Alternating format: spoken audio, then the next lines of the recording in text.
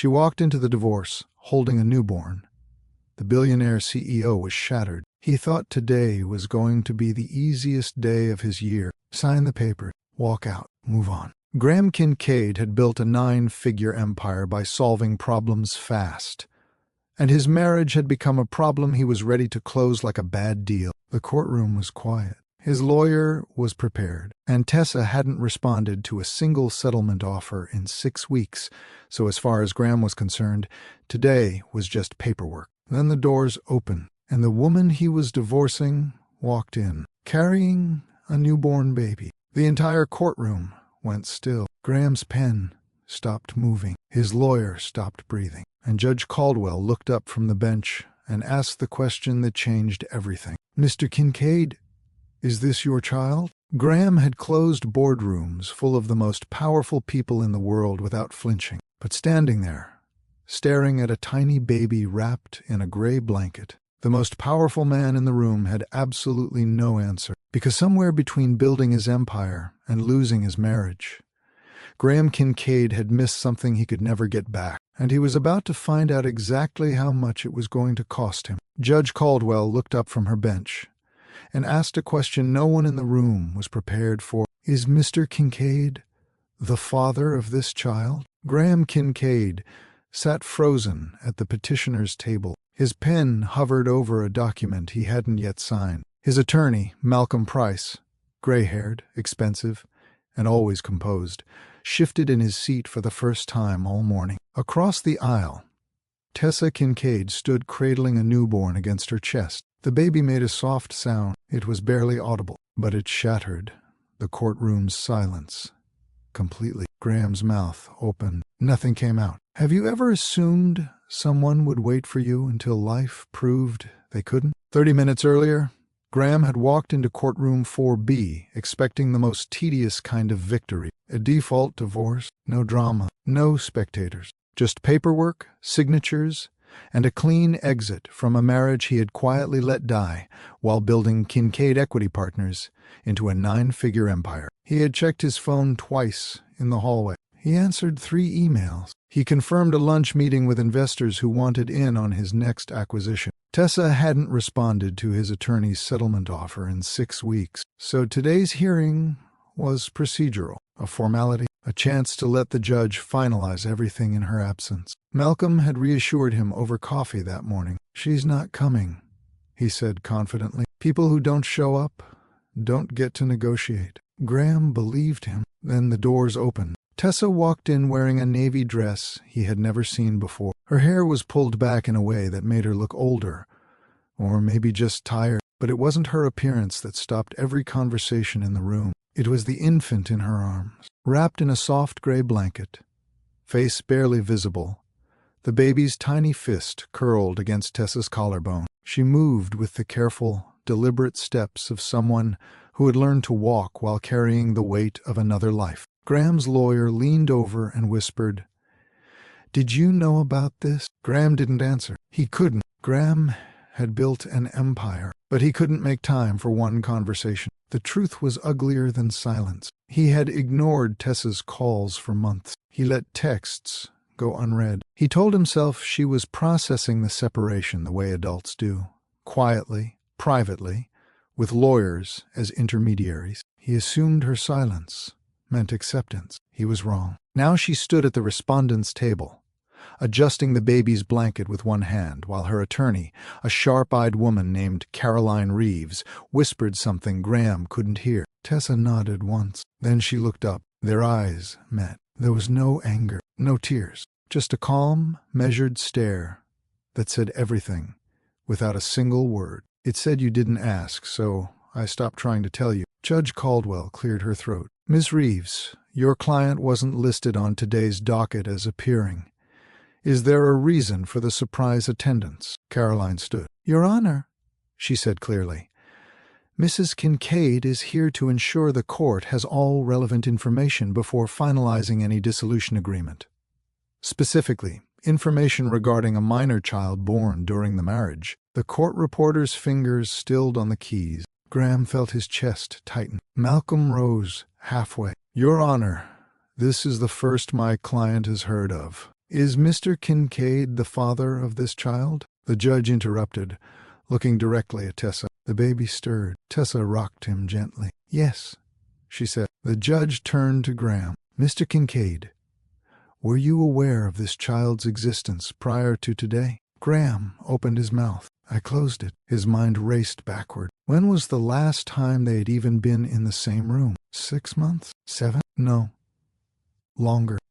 He swallowed hard. "No, Your Honor." Judge Caldwell's expression didn't shift, but her tone cooled by 10 degrees. "Mrs. Kincaid, did you attempt to inform your husband of the pregnancy?" Tessa's answer was 2 words, delivered without malice, without drama, just a fact. "I tried," she said. The weight of those words hit Graham like a board to the chest. So why did Tessa choose a courtroom, of all places, to reveal the baby? Malcolm was already moving, flipping through his notes like a man searching for a fire extinguisher. "Your Honor, if I may request a brief recess to confer with my client." "Granted," Judge Caldwell said. 15 minutes.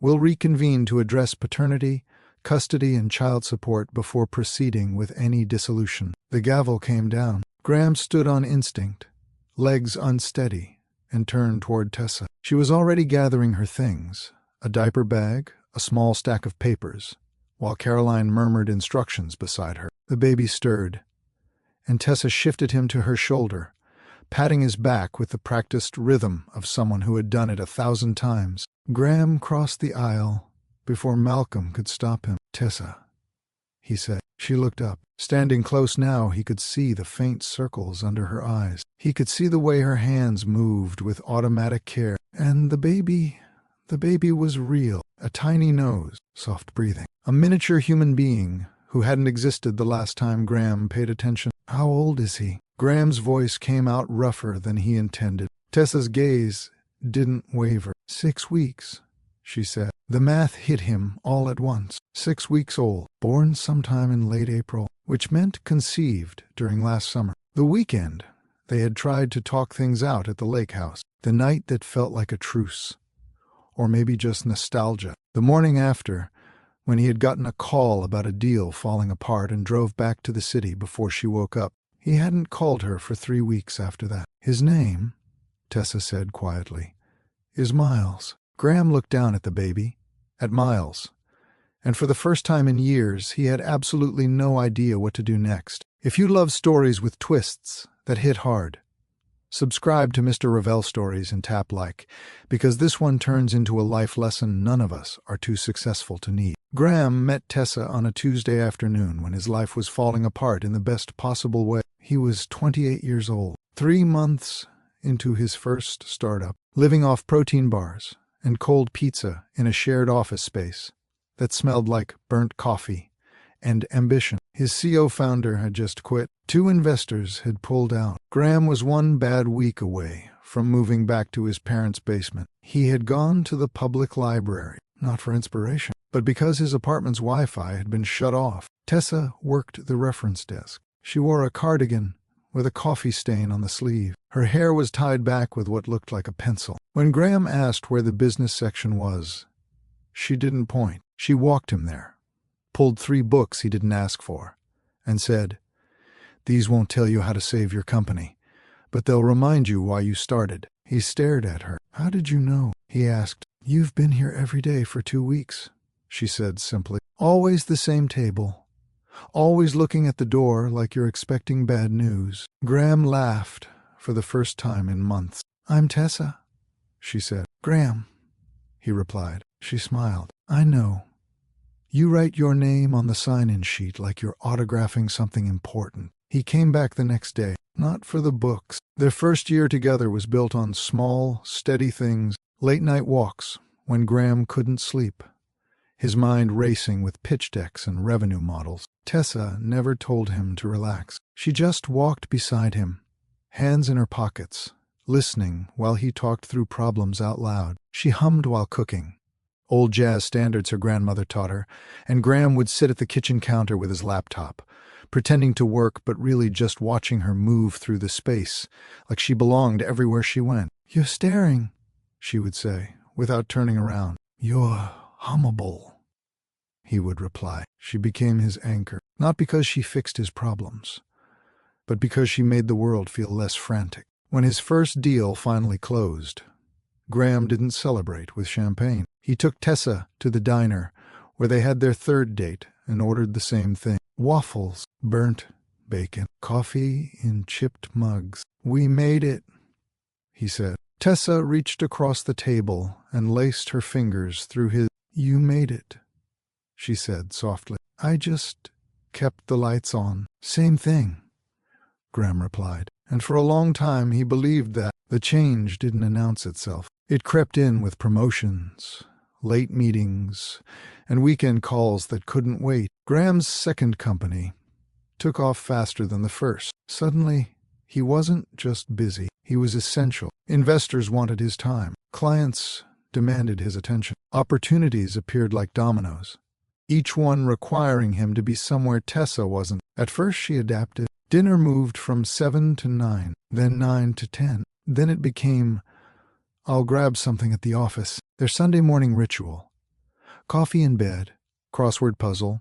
no phones, became, "I just need to send one email," which turned into an hour. Tessa stopped saying, "I miss you," because it sounded like blame. She started saying, "Whenever you're free," because it sounded like understanding. Graham didn't notice the difference. He thought he was building their future, security, freedom, the kind of life where Tessa could quit her library job and do whatever she wanted. He never asked what that was. He assumed comfort equaled happiness. But Tessa wasn't unhappy because of money. She was lonely in a king-sized bed, silent across from an empty chair, holding conversations in her head because the man she loved was always one call away from leaving the room. And slowly, she learned to stop starting sentences she knew wouldn't get finished. Tessa began measuring her needs in urgency. Was it worth interrupting him for? Could it wait until tomorrow? Would bringing it up now make her seem needy? She stopped mentioning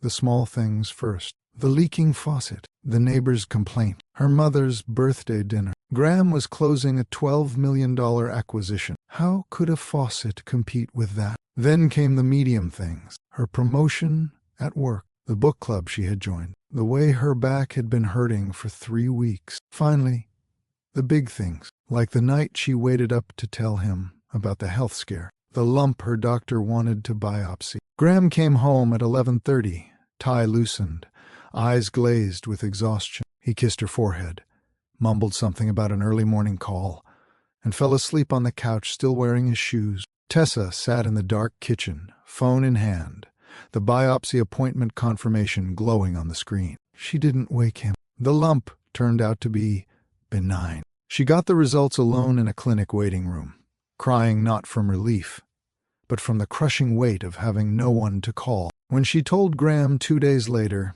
he looked up and said, "Why didn't you say something sooner?" She almost laughed. She had. He just wasn't listening. The antagonist in their marriage wasn't another woman. It was Graham's calendar. It was the phrase, "This deal is make or break." It was the belief that love could be paused and resumed without consequence, like a show waiting on a streaming queue. Their 5th anniversary landed on a Thursday. Tessa made a reservation at the restaurant where Graham had proposed. Small, candlelit, the kind of place that required booking weeks in advance. She wore the dress he had once said made her look dangerously beautiful. Graham texted at 6:30. "Running behind? Start without me?" She ordered wine, appetizers, entrees. He arrived at 9:15, still on his phone, waving an apology while finishing a call. He sat down, glanced at the cold plate in front of him and said, "Sorry.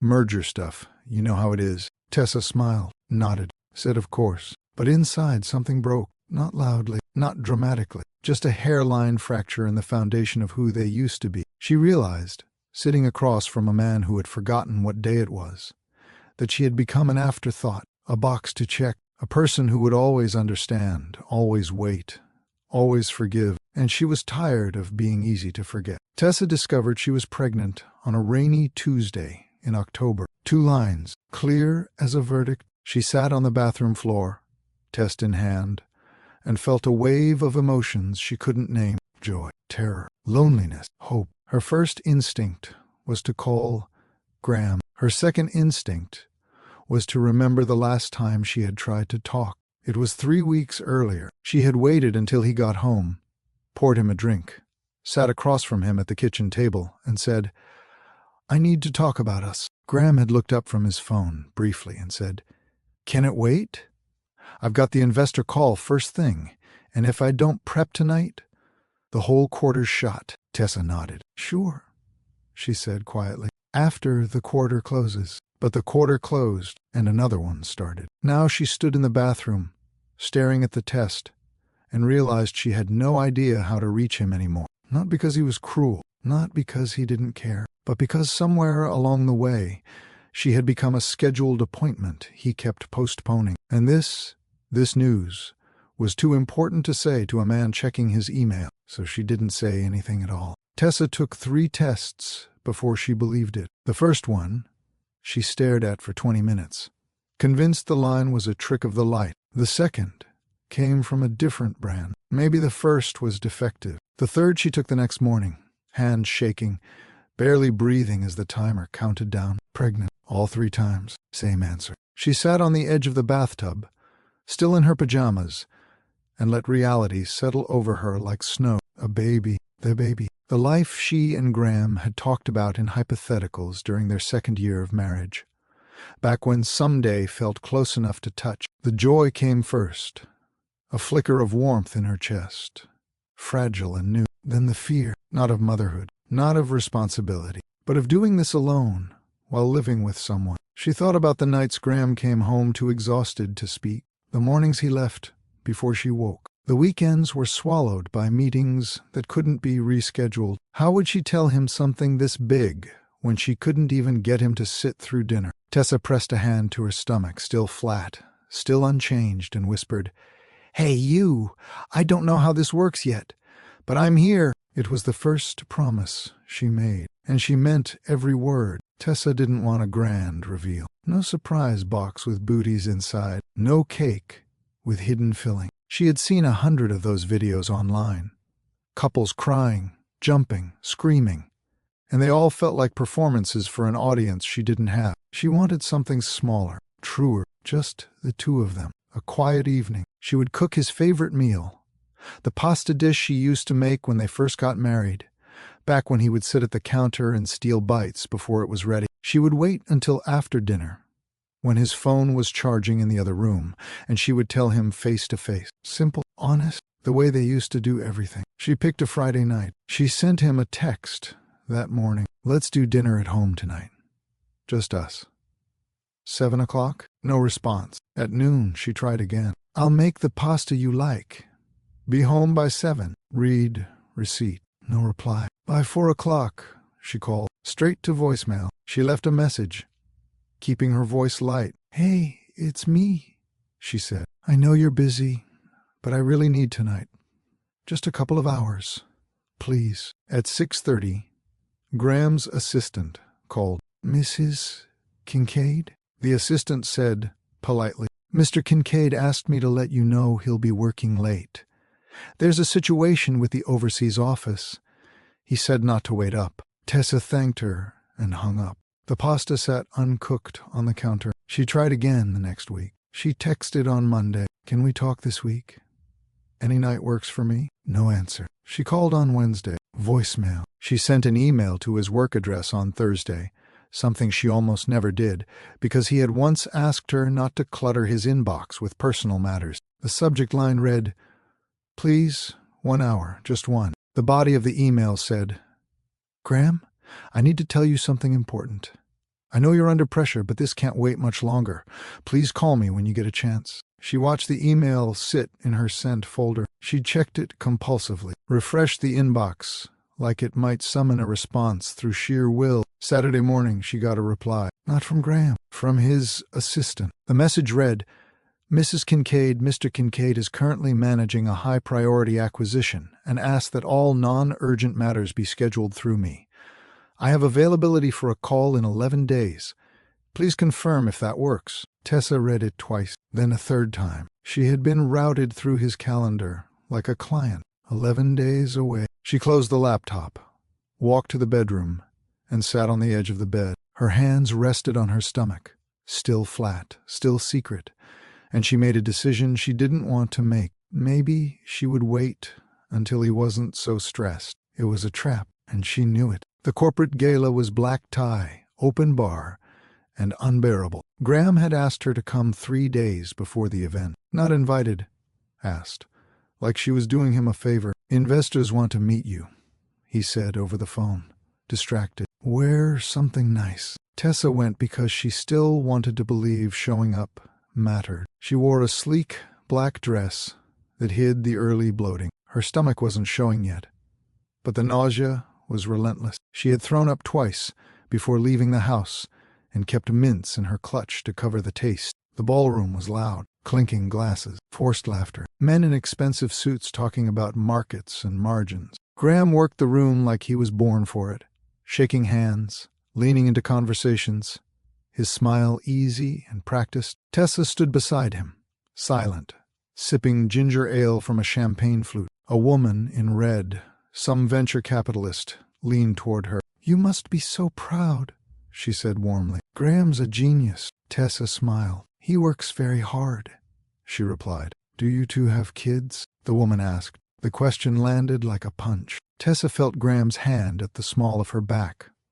Not affectionate, just positioning her for the next introduction. He hadn't even heard the question. Not yet, Tessa said softly. The woman moved on. Graham's hand dropped, and Tessa stood there, invisible in a room full of people, carrying a secret that felt heavier by the hour. Tessa stopped trying after the gala, not out of anger, not out of spite, out of exhaustion. She realized she had been reaching for someone who had trained himself not to see her. Every ignored call was a message. Every rescheduled conversation was an answer. Graham wasn't refusing to listen. He simply didn't believe she had anything urgent enough to interrupt his priorities. And that was the cruelest part. He wasn't dismissing her on purpose. He genuinely thought she would wait, that she would always be there, patient, understanding, forgiving.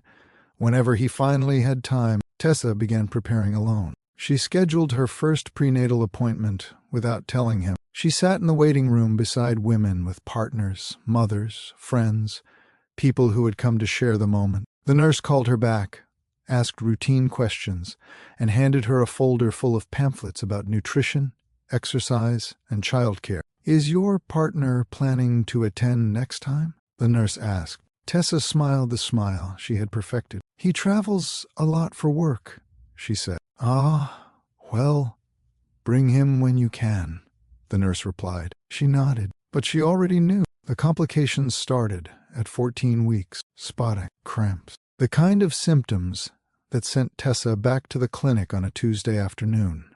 Heart racing, hands cold. The doctor ran tests, did an ultrasound, checked her vitals. Everything looks okay for now, Dr. Patel said, her tone measured. But your blood pressure is elevated, and you're showing signs of stress. I need you to take this seriously, Tessa. Stress affects the pregnancy. Do you have support at home? Tessa hesitated. My husband works a lot, she said. Dr. Patel looked at her for a long moment. I'm not asking if he's busy. I'm asking if you have support. Tessa's throat tightened. I'm managing, she said. Managing isn't the same as being supported, the doctor replied. She leaned forward. I need you to reduce stress, get more rest, and make sure someone is checking in on you. If these symptoms get worse, we're looking at potential complications. Do you understand? Tessa nodded. She left the clinic with a prescription for prenatal vitamins and instructions she didn't know how to follow. That same afternoon, Graham's company hit the news. A hostile takeover attempt. Boardroom chaos. Stock prices dropping. His phone flooded with calls from investors, lawyers, and the press. He texted her once. Crisis mode. Don't wait up. Tessa stared at the message. Then she turned off her phone and sat in the quiet, alone. Quick question. Have you ever had to shrink your feelings so someone else could stay comfortable? Drop a comment and tell us. What would you do if the person you loved kept postponing you? Graham hadn't slept more than 4 hours in a week. The hostile takeover attempt came out of nowhere. A private equity firm called Horizon Capital had been quietly buying shares for months, building leverage, waiting for the perfect moment to strike. Now they were pushing for a board vote, threatening to oust Graham from his own company unless he agreed to a merger that would gut everything he had built. The conference room on the 42nd floor had become his second home. Whiteboards covered in strategy, coffee cups stacked like monuments to exhaustion. His legal team was camped out at one end of the table, investment bankers at the other, all of them speaking in the clipped language of crisis management. "They've got 31% of shares," his CFO said, tapping a spreadsheet. "If they flip 2 more board members, we're done." Graham leaned back in his chair, jaw tight. "Then we don't let them flip anyone," he said. "That means counteroffers, stock buybacks, media strategy. This is going to take everything we have." "And that's what we give them," Graham replied. His phone buzzed on the table. Tessa's name lit up the screen. He flipped it over without reading it. His attorney, seated to his right, noticed but said nothing. Graham told himself he would call her back later, after the crisis, when things calmed down. It never occurred to him that someone else might be in crisis too. Keiko Sato had been Graham's executive assistant for 3 years. In that time, she had become more than an organizer of schedules. She was a fixer. She managed logistics Graham didn't have time to think about. She rescheduled donor dinners when deals ran late. She sent flowers to clients' wives on anniversaries. She drafted apology emails that Graham signed without reading. She also handled Tessa, not because Graham asked her to, because someone had to. When Tessa called the office, Keiko answered with perfect politeness. "Mr. Kincaid is in a meeting. May I take a message?" When Tessa emailed, Keiko added it to a folder labeled personal, non-urgent, that Graham rarely opened. When Tessa asked for 1 hour of his time, Keiko checked the calendar and offered slots 2 weeks out, between investor calls and board prep sessions. She wasn't cruel. She wasn't dismissive. She was efficient. And in Graham's world, efficiency meant protecting his focus from anything that didn't directly affect the bottom line. One afternoon, Keiko knocked on his office door. "Your wife called again," she said. "She mentioned it's important." Graham didn't look up from his laptop. "What's it about?" he asked. "She didn't say," Keiko replied. He sighed. "Tell her I'll call tonight." Keiko nodded and left. She sent Tessa a polite text. "Mr. Kincaid will return your call this evening." Graham worked until midnight. He never called. Graham genuinely believed he was doing the right thing. Every deal he closed, every investor he secured, every crisis he navigated, it was all for Tessa, for the life they were building, for the security that would let her stop worrying about money,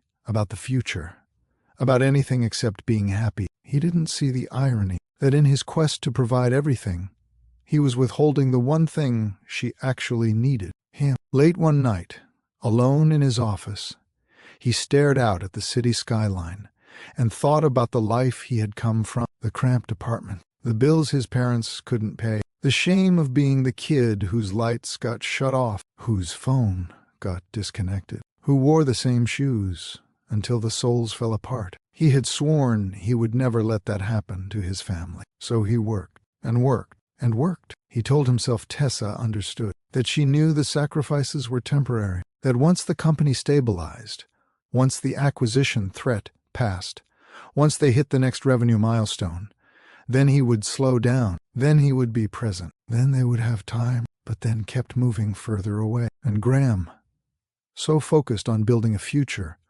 couldn't see the present crumbling behind him. He thought he was protecting her. He didn't realize he was losing her. Tessa called him on a Wednesday morning. Graham was in the back of a car, heading to a meeting with shareholders who were threatening to pull funding. He saw her name on the screen, hesitated, then answered. "Hey," he said, distracted. "What's up?" "I need to talk to you," she said. Her voice was steady, but he could hear something underneath it. Urgency, maybe fear. "Can we meet for lunch? Or coffee? Anything?" Graham checked his watch. "Today's packed. What about this weekend?" he asked. There was a pause. "You promise?" she asked quietly. "Yeah, Saturday. We'll do brunch. Just the two of us. I'll block the whole morning, he said. Okay. She sounded relieved. Saturday, he confirmed. The car stopped. His phone buzzed with a reminder. The meeting was starting in 5 minutes. I have to go, he said. Love you. He hung up before she could respond. Friday afternoon, the overseas office situation worsened. A key partner pulled out of a joint venture, threatening to collapse a project Graham had spent 6 months building. His lawyer called. His operations lead called. His board chair called. By Friday night, Graham was on a plane. He texted Tessa from the airport. Emergency overseas. I have to fly out. Rain check on Saturday. Tessa read the message in the kitchen, alone, one hand on her stomach. She didn't reply. She didn't cry. She just deleted the conversation and turned off her phone. Graham saved the deal. 72 hours abroad. Back-to-back negotiations. He leveraged every contact he had, restructured terms, brought in a replacement partner, and turned a disaster into a win that made headlines in the financial press. The board called an emergency meeting to congratulate him. Investors sent champagne. His phone flooded with messages from colleagues, competitors, and people who hadn't spoken to him in years. He stood at the head of the conference table, tie loosened, exhausted but victorious, and accepted applause from people who measured his worth in stock points and profit margins. Hell of a save, Graham, the board chair said, clapping him on the shoulder. You just made everyone in this room a lot richer. Graham smiled, shook hands, said all the right things. Then he went home.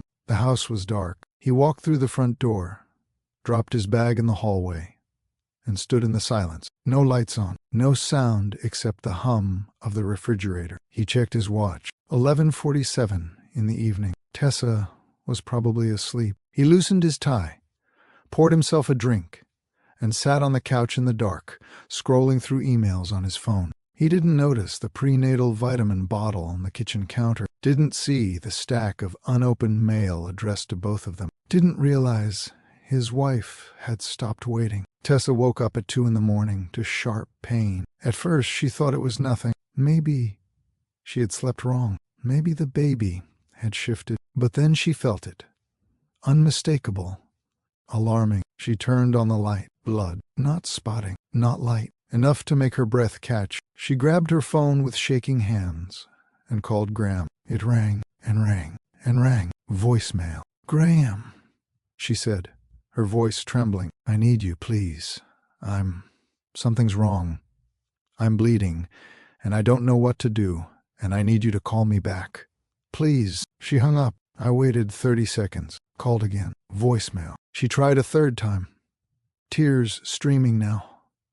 Panic rising in her chest. Nothing. She called her doctor's emergency line and got instructions to go to the hospital immediately. Tessa grabbed her keys, pulled on sweatpants, and drove herself to the emergency room at 2:30 in the morning, one hand on the wheel, the other pressed to her stomach. She sat in the waiting room alone, filling out forms with trembling hands, while nurses moved past her with practiced calm. Her phone stayed silent. Graham, asleep on the couch in his suit, never heard it ring. The emergency room lights were too bright. Tessa sat in a wheelchair, hands folded over her stomach, while a nurse checked her vitals and asked questions in a voice that was kind but clinical. How many weeks? The nurse asked. 28, Tessa said quietly. The nurse's expression shifted, just slightly, but enough for Tessa to notice. Any contractions? I don't know.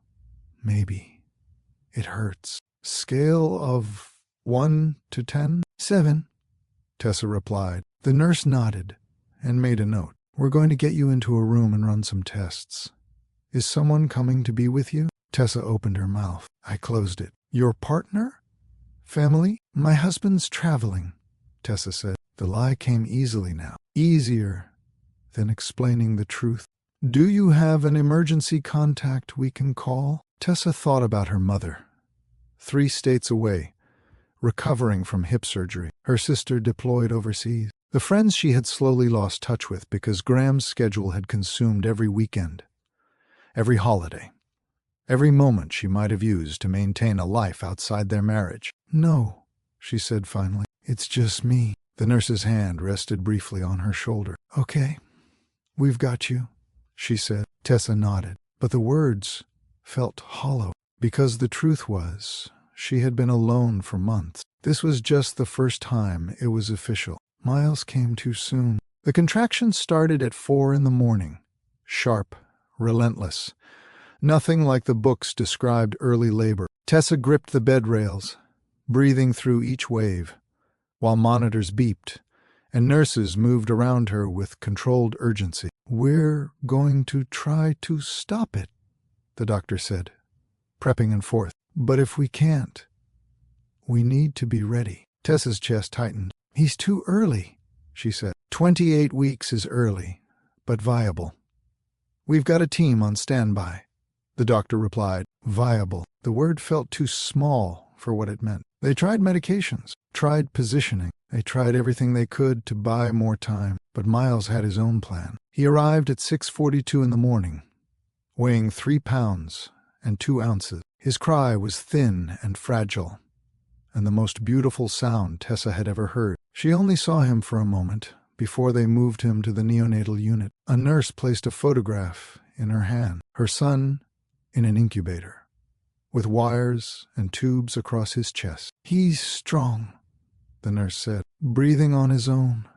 That's a good sign." Tessa stared at the photo, tears streaming down her face. She had done this alone, carried him alone, labored alone, delivered him alone, and now she would protect him alone too, whatever it took. Tessa met Harold on her second night in the hospital. She was sitting in the waiting area outside the neonatal unit at 11 in the evening, too exhausted to sleep, too anxious to rest. Miles was stable but still under close observation, and the nurses had gently suggested she get some rest. But rest felt impossible when her baby was 20 feet away, fighting for every breath. An older man in a maintenance uniform wheeled a cleaning cart past the doorway, then paused. "You okay, miss?" he asked. Tessa looked up. He was maybe 60, with kind eyes and a face that had seen enough of life to recognize pain when it appeared. "I'm fine," she said automatically. Harold didn't move. "You've been here since yesterday, haven't you?" he asked. She nodded. "Did you eat today?" Tessa blinked. "I tried to remember. I don't know," she admitted. He disappeared for a few minutes, then came back with a sandwich from the cafeteria, a bottle of water, and a packet of crackers. "Not fancy," he said, setting them on the chair beside her. "But it's something." Tessa's throat tightened. "Thank you," she whispered. "Is your baby going to be okay?" he asked. "They say so," she replied. Harold nodded slowly. "Then he will be. Babies are tougher than we think." He paused. "You got people coming?" Tessa shook her head. "Well," Harold said quietly, "you got me.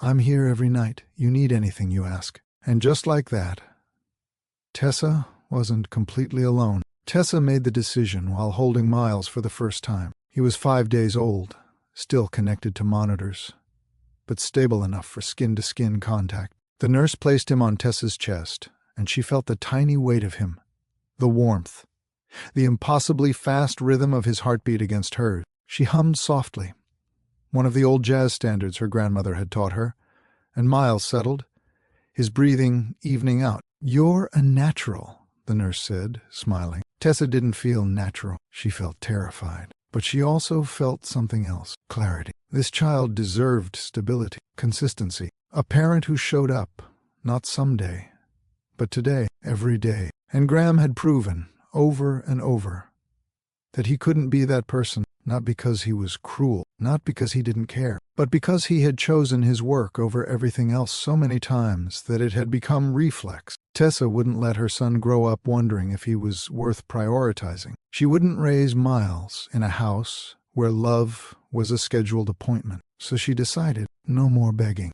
no more waiting. She would file for divorce, not out of anger, but out of protection, for herself and for the tiny boy currently asleep on her chest, who deserved better than what she had accepted. The nurse came by with paperwork on day 7. "Have you decided on a name?" she asked. Tessa looked down at her son, finally breathing without assistance. His tiny fingers curled around her thumb. "Miles," she said. "That's lovely. Any particular reason?" the nurse asked. Tessa smiled, though it was bittersweet. "It means soldier," she said, "someone who endures." The nurse wrote it down. "Middle name? James." "After my grandfather," Tessa replied. "Miles James Kincaid." But there was another reason Tessa chose the name, one she didn't say out loud. Miles. A unit of distance, a measure of how far she had traveled. From the woman who used to wait by the phone, to the one who drove herself to the hospital at 2 in the morning, from the wife who believed love meant patience, to the mother who understood that love required presence. Miles. How far Graham had drifted. Miles. How much ground she had covered alone. She kissed his forehead, soft and warm. "Hey, Miles," she whispered. "You and me. We're going to be okay." And for the first time in months, she believed it. Tessa filed the divorce papers 3 weeks after Miles came home from the neonatal unit. She didn't make an announcement, didn't send a dramatic text, didn't leave a note on the kitchen counter. She simply called a lawyer, a woman named Caroline Reeves, who specialized in family law, and scheduled a consultation. Caroline was sharp, direct, and didn't waste time on pity. "Do you want spousal support?" she asked. "No," Tessa replied. "Child support?" Tessa hesitated. "Only what's legally required. Custody? Full, with visitation if he requests it." Caroline looked at her steadily. "You sure? Most people fight for 50-50. Tessa thought about the unanswered calls, the broken promises, the months Graham spent building a company while she built a life entirely on her own. "I'm sure," she said. "Okay, I'll draft everything.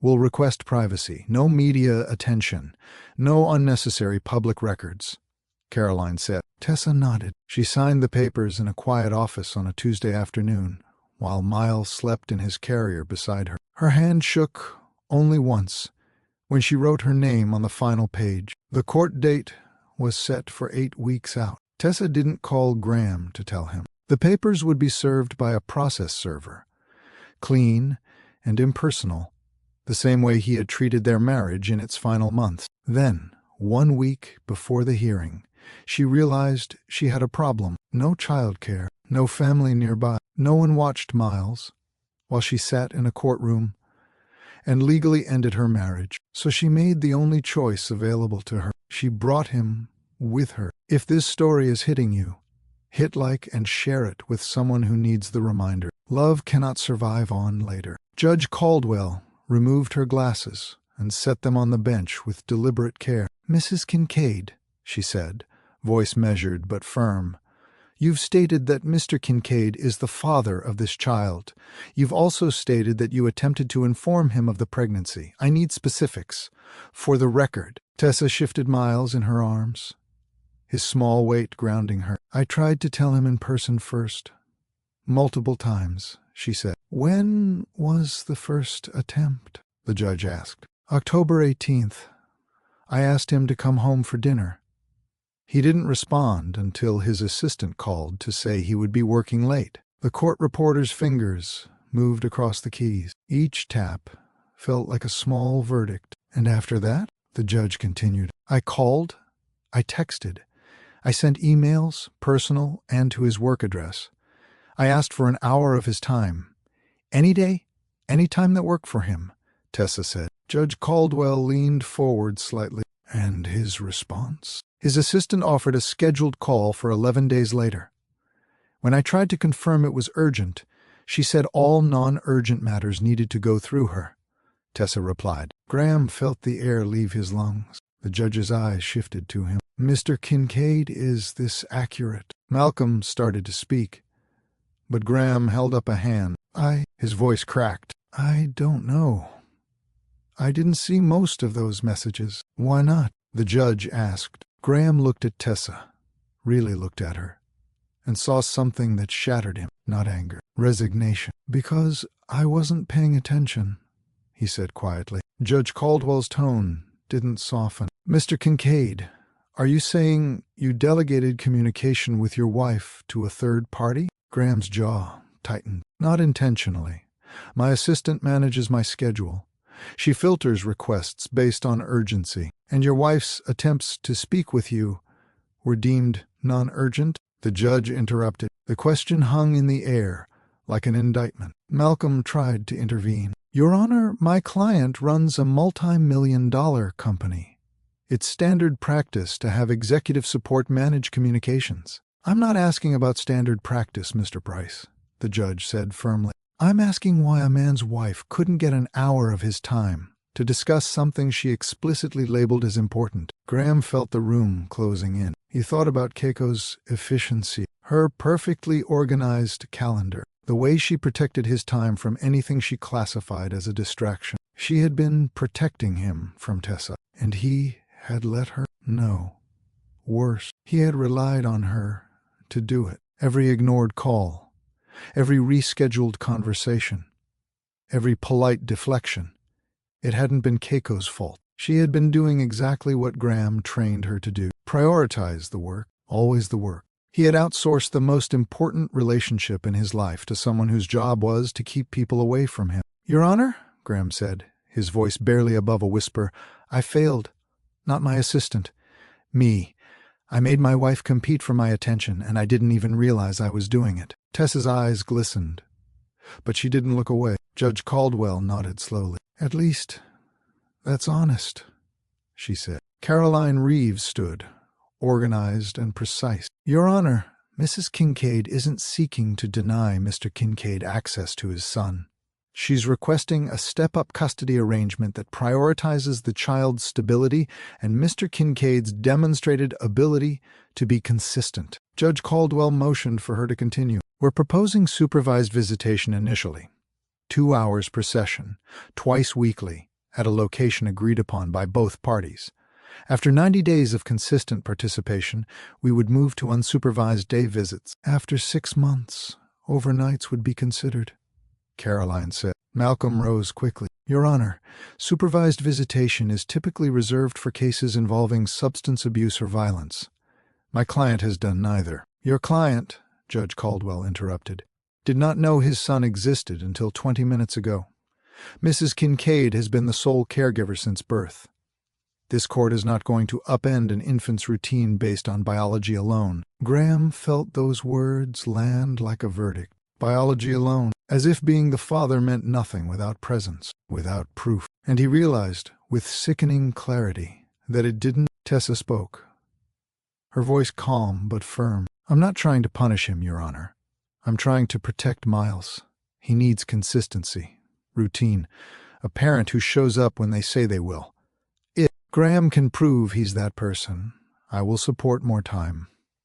But I won't risk my son learning what I learned, that love comes with conditions and delays. Judge Caldwell looked at Graham. Do you understand what she's asking? Graham nodded, his throat tight. Yes, he said. Malcolm leaned toward Graham, whispering urgently, we can fight this. Petition for 50-50 custody. You're the father. You have rights. Graham stared at Miles, asleep in Tessa's arms, completely unaware of the legal battle unfolding around him. Rights. The word felt hollow. What right did he have to demand time with a child he hadn't known existed? A child whose mother had spent months trying to reach him while he was too consumed with closing deals to notice. What right did he have to disrupt Miles's life and force him into a custody arrangement built on ego rather than relationship, just because the law said he could? No, Graham said quietly. Malcolm blinked. What? I'm not fighting her. Graham looked at Tessa directly. She's right. I haven't earned trust. I haven't demonstrated consistency. And I'm not going to stand here and pretend otherwise just because it's legally convenient. Judge Caldwell's eyebrows rose slightly. Malcolm looked like he had swallowed something unpleasant. Graham, you need to think carefully about this. I have, Graham said. His voice was steady now, not defensive, not angry, just clear. I want to be Miles's father, but not because a judge orders it, because I showed up, because I do the work. If that means supervised visits, fine. If that means proving myself over time, I will prove myself. Tessa's expression shifted just barely, but Graham saw it. Not forgiveness. Not yet, but maybe the beginning of something that could become it. Judge Caldwell nodded. That's the first sensible thing you've said today, Mr. Kincaid, she said. Judge Caldwell called a 15-minute recess to draft the custody order. Graham stood slowly and crossed the aisle to where Tessa was gathering her things. She adjusted Miles in the carrier, moving with the quiet efficiency of someone who had learned to manage everything with one hand. "Tessa," he said. She looked up, but didn't speak. Graham swallowed hard. "Can I hold him?" he asked. The question came out smaller than he intended, uncertain. Tessa studied him for a long moment. Graham felt the weight of every missed call, every broken promise, every unanswered message pressing down on his chest. "Not here," she said finally. "Why?" he asked. "Because you're in shock right now. You're feeling guilty. And I don't want you to hold him, because you're overwhelmed or ashamed or trying to make an impression on the judge." Graham's throat tightened. "Then when?" he asked. "When you're present," Tessa said quietly. "Not because you were caught off guard in a courtroom, not because guilt brought you here, but because you're choosing to show up, consistently, without distractions." She wasn't being cruel. She was drawing a line, and Graham realized, standing there in courtroom 4B, that he had never truly respected boundaries before. Not with his schedule, not with the people around him, and certainly not with Tessa. He had always believed that access was something he was entitled to, not something to be earned. But Miles was not a business deal, and Tessa was not waiting for him anymore. "Okay," Graham said, his voice rough. "I understand." Tessa nodded once, then turned and walked toward the hallway, Miles asleep against her chest. When court reconvened, Judge Caldwell read the custody order aloud. "Mr. Kincaid is granted supervised visitation, 2 hours per session, twice weekly, at a location agreed upon by both parties. Supervision will be conducted by a neutral third party or Mrs. Kincaid at her discretion." Graham nodded. After 90 consecutive days of attendance without cancellations or rescheduling without legitimate cause, visitation will progress to unsupervised day visits, 4 hours per session, 3 times weekly. Malcolm made a note, but remained silent. After 6 months of consistent participation, overnight visits may be considered, subject to review by this court. Child support will be determined separately and is not contingent on visitation compliance. Judge Caldwell looked directly at Graham. "Mr. Kincaid, let me be clear," she said. "This is not a punishment. This is a structure designed to protect your son while giving you the opportunity to build a real relationship with him. Consistency is non-negotiable. If you miss a visit, the clock resets. If you reschedule without cause, the clock resets. Parenting is not a boardroom. It is not flexible. It is not negotiable. It is showing up every single time, regardless of what else is happening in your life. Do you understand?" Graham stood. "Yes, Your Honor," he said. "Good.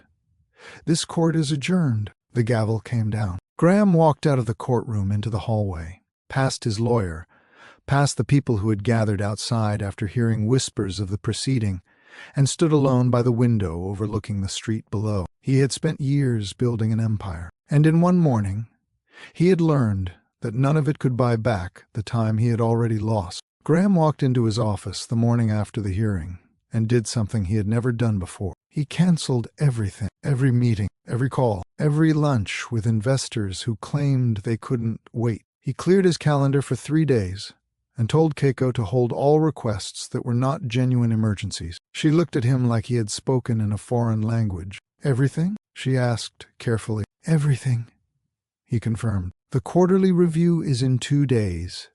The board expects your presence. I'll join remotely if necessary, but I'm not coming in," he said. Keiko hesitated, then nodded. Understood. Graham spent those 3 days doing things he should have done months earlier. He enrolled in a parenting class for new fathers, sitting in a community center alongside men half his age with diaper bags and baby carriers, learning how to swaddle, how to burp, how to recognize when a baby was hungry versus tired, versus simply in need of being held. He felt completely out of place. A 42-year-old who had built a company from nothing, but didn't know how to calm a crying infant. But he stayed every session. He also scheduled an appointment with a family therapist who specialized in CO parenting after separation. In their first session, the therapist asked him a single question that stopped him completely. "What does being present mean to you?" she asked. Graham opened his mouth. I closed it. He had no answer. He had spent his entire adult life equating presence with productivity. Being somewhere meant being useful, delivering results, solving problems, producing outcomes. But presence for Miles meant something different entirely. It meant showing up with nothing to prove and nowhere else to be. The first supervised visit happened at Tessa's apartment on a Saturday morning. Graham arrived 15 minutes early, hands unsteady, carrying a bag he had packed and repacked 3 times. Diapers, bottles, wipes, a spare change of clothes. He had spent time the night before searching for guidance on what to bring, and had purchased nearly everything he found. Tessa opened the door with Miles in her arms and stepped aside without comment. The supervisor, a composed woman in her 50s named Linda, sat in the corner with a clipboard, present but unobtrusive. 2 hours, Tessa said. He ate 30 minutes ago. If he gets fussy, check his diaper first. If he's still upset after that, he probably just needs to be held. Graham nodded, absorbing the instructions the way he would absorb a briefing before a critical meeting. Tessa transferred Miles into his arms. The baby felt both impossibly light and impossibly significant. Graham held him exactly as the class had demonstrated, supporting the head, cradling the body. But his hands felt large and uncertain, and nothing felt natural. Miles blinked up at him with wide, curious eyes. Then his face crumpled, and he began to cry. Graham went still. "It's okay," Linda said from the corner. "Babies cry. You're doing fine." But Graham didn't feel fine. He felt more helpless than he had in 20 years of high-stakes business. Miles's cries grew louder. Graham looked toward Tessa. She didn't step forward. "You've got this," she said simply. Graham's mind went through everything methodically. "Check the diaper first." That was what Tessa had said. He managed the changing mat, laid Miles down carefully, and checked dry. Miles kept crying. He picked him up again, rocking him the way the class had shown. But nothing helped. He offered a bottle. Miles turned away. He tried a pacifier. Miles rejected it immediately. Then Graham noticed a folded piece of paper tucked into the side pocket of the diaper bag. He pulled it out. It was in Tessa's handwriting. It said, "He likes humming. Old jazz standards work best." Graham stood there, reading those words. He thought about the early years of their marriage. Tessa moved through the kitchen, humming softly while she cooked, the sound that used to live in their home, constant and warm, like something that belonged there. He cleared his throat, and he started to hum. It was imperfect at first, and he couldn't have named the tune, but he kept going, swaying slowly, keeping the sound low and steady. Miles's crying softened, then stopped. The baby's eyes grew heavy. His small body relaxed against Graham's chest. Graham kept humming, barely breathing, afraid that stopping would break whatever fragile thing had just formed between them. But Miles stayed calm. Linda made a quiet note on her clipboard. Tessa, watching from the hallway, allowed herself a small, private smile. 3 weeks into the visitation schedule, Graham missed a visit. It wasn't something he had planned. A supplier threatened to withdraw from a contract worth $18 million, and the call came in at 7 in the morning, exactly when he needed to leave for Tessa's apartment. He sent her a text. "Emergency at work. Can we reschedule for tomorrow?" Her reply came back within 2 minutes. Noted. 1 word. Graham handled the crisis. The contract was hell. His operations team told him he had saved the quarter. But when he arrived the following morning, Tessa's expression as she opened the door told him everything before she spoke a word. She wasn't angry. She wasn't emotional. She was simply tired. "You missed yesterday," she said. "I know. I'm sorry. There was an urgent situation that—" "There's always something urgent, Graham," she said. He started to explain, but she held up a hand. "I'm not raising my voice about it. I'm documenting it. That's what the court asked me to do." She showed him her phone, a simple, plainly formatted log. Visit 1, attend. Visit 2, attend. Visit 3, attend. Visit 4, cancelled due to work. Graham stared at the screen. "1 missed visit resets the clock," she said quietly. "The judge was clear about that. So we go back to day 1. She wasn't punishing him out of bitterness. She was following through on a structure designed to protect their son, and somehow that steady, quiet accountability cut far deeper than anger ever could have. The real test came 5 weeks later. Graham was in a board meeting, midway through the quarterly review, when his phone screen lit up with a reminder: Miles' visitation, 4 o'clock. He checked the time, 3:47. The meeting was running long. His financial officer was still presenting. 2 board members were raising concerns about the revenue projections. The room needed his attention. He felt the familiar pull. Stay. This is what you're here for. This matters. But then he thought about Tessa's log. He thought about the reset clock. He thought about Miles, now 6 months old, who had started reaching for Graham when he walked in the door, who recognized his voice, who settled when he was nearby. Graham stood up. "I need to leave," he said. The room went quiet. His board chair looked up. "We're in the middle of the review, Graham. I understand. Send me everything afterward and I'll go through it tonight. But I have a commitment that I'm not going to break," he said. He picked up his jacket and walked out. No explanation beyond that. No lengthy justification. No announcement. Just a man, for the first time in years, choosing the right thing without waiting for someone to approve of the decision. He arrived at Tessa's apartment at 3:58, 2 minutes ahead of schedule. After 12 straight weeks of showing up on time, prepared and present, Tessa told him she was approving a longer visit. 4 hours, she said, unsupervised. Graham looked at her, genuinely surprised. "You're sure?" he asked. "You've been consistent," she said. "That's what I asked for." He nodded, keeping his expression steady, though something inside him shifted in a way he hadn't expected. Not pride. Something quieter than that. Something closer to relief. Tessa handed Miles over, now babbling constantly and grabbing at everything within reach. "Bottles are in the bag. Spare clothes, emergency numbers, everything you need.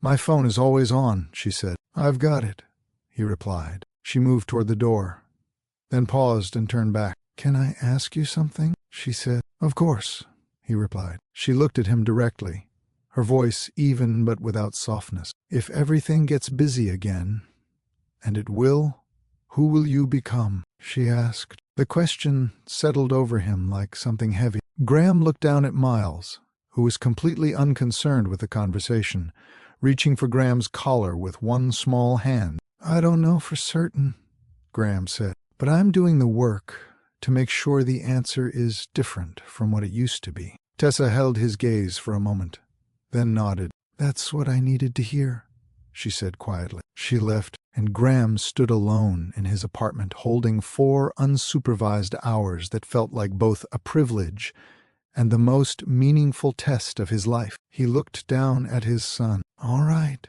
he said softly. "Let's figure this out." Graham didn't tell anyone he had changed. He simply changed. He established fixed, protected time on his calendar. Tuesday evenings, Thursday evenings, Saturday mornings. Those blocks belonged to Miles and could not be moved, borrowed, or negotiated away for any reason. When a senior member of his team scheduled an investor call during one of those windows, Graham declined the slot without offering an explanation beyond, "I'm not available then.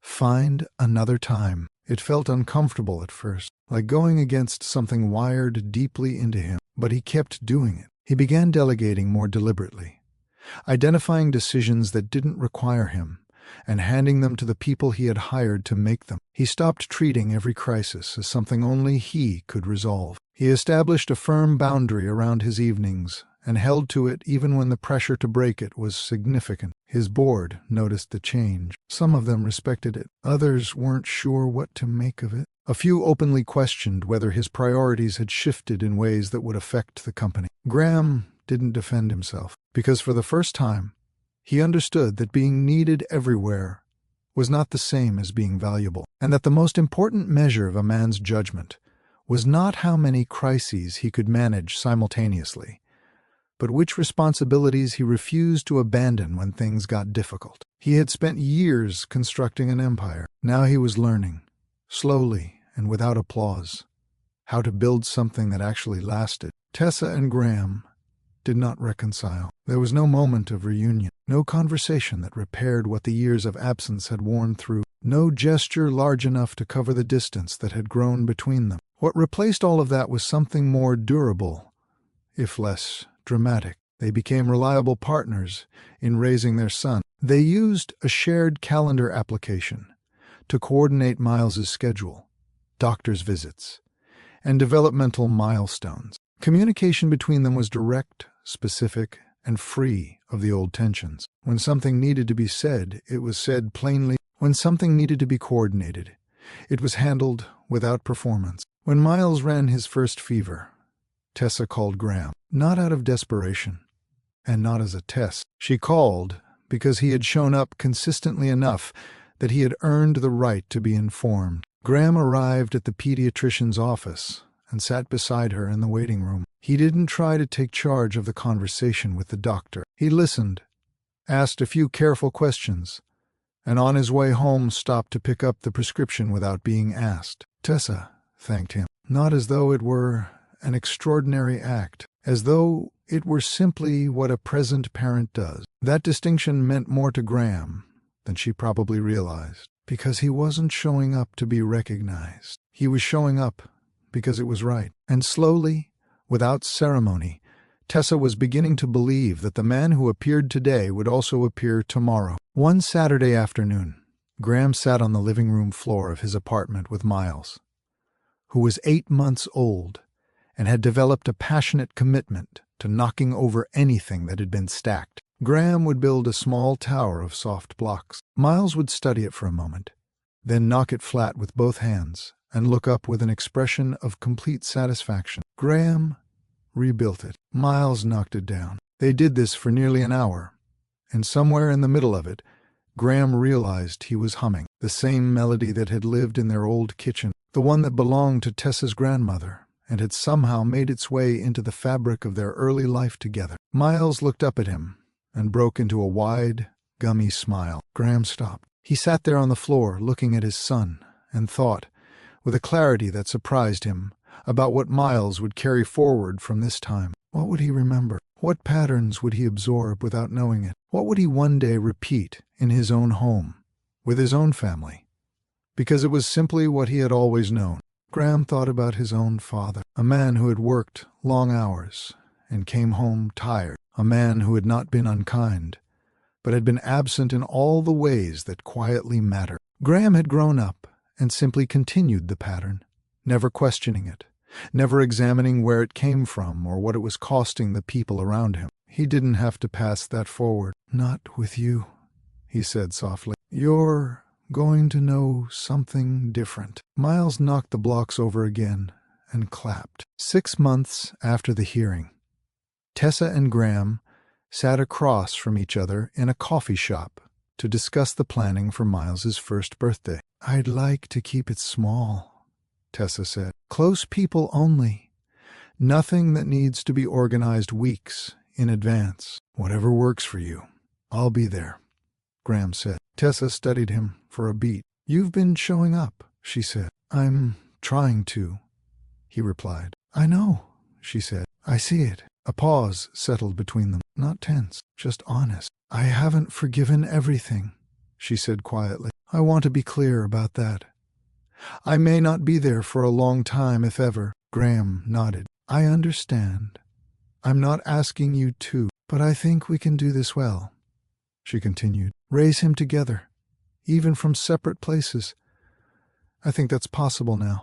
That's all I'm hoping for, Graham said. Tessa picked up her bag to leave. He deserves 2 people who show up for him, she said, even if they're no longer showing up for each other. Graham watched her walk out through the door, and for the first time since the divorce was finalized, he didn't feel the need to go after her, not because he didn't care, but because some things are not meant to be undone. They are meant to be understood, and he was finally beginning to understand. Graham had started keeping a journal at the suggestion of his therapist. He wasn't consistent about it at first. Some weeks he wrote every night. Other weeks he would go 10 days without picking it up. But on the evenings when Miles was asleep in the next room and the apartment was quiet, he found himself reaching for it. One night, after settling Miles down from a longer stretch of crying, he sat at the kitchen table and wrote a single sentence. Love doesn't usually die in explosions.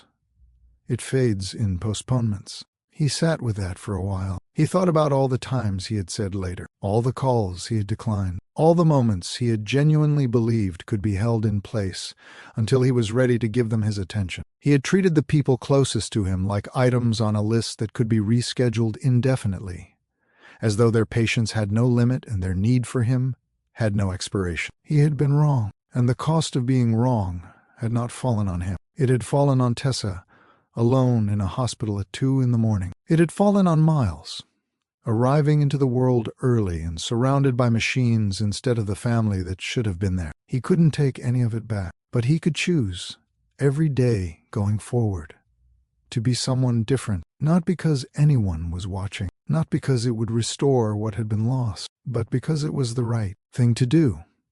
And doing the right thing quietly, without recognition, was the only kind of change that actually meant anything. He closed the journal and walked to the doorway of the nursery. Miles was asleep on his back, one arm out to the side, breathing steadily. Graham stood there for a while and said nothing. On the morning of Miles's first birthday, Graham arrived at Tessa's apartment, carrying a small, carefully wrapped gift, wooden blocks, and a stuffed giraffe with long, floppy legs that Miles would almost certainly try to chew. The gathering was small, exactly as Tessa had wanted. Her mother was there, 2 of her closest friends, and Harold, the man from the hospital, who had quietly stayed in touch with Tessa since the night he had brought her a sandwich in a waiting room and asked if she needed anything. Graham introduced himself to Harold and shook his hand. "She mentioned you," Graham said. Harold nodded. "She's a strong one," he said simply. Graham looked across the room at Tessa, who was helping Miles explore his first piece of birthday cake with both hands, laughing at the mess he was making. "She is," Graham agreed. When the singing started, Graham joined in, off-key and unhesitating. Miles pressed both frosting-covered fists against his cake and laughed so fully that his whole small body shook with it. Graham watched his son laughing and felt something shift inside him. Not relief, exactly. Not the resolution of guilt. Just presence. Full, uncomplicated presence in a moment that asked nothing of him except to be there. Miles turned and reached for him, sticky fingers grabbing at his collar. Graham lifted him up and held him against his shoulder. Miles grew still, the way he always did when he was held close, and made a soft, contented sound against Graham's neck. The room carried on around them, but for Graham, everything had narrowed down to this: the weight of his son in his arms, the small sound he was making, the warmth of him. It was not a dramatic moment. It was not a grand realization or a turning point anyone in the room would have noticed. It was just a man, holding his child, finally paying attention. And this time, he heard it. If this story reminded you to stop postponing the people who matter, subscribe to Mr. Ravelle Stories and leave a comment with one thing you are choosing to stop putting off, because later is never as available as we think it is.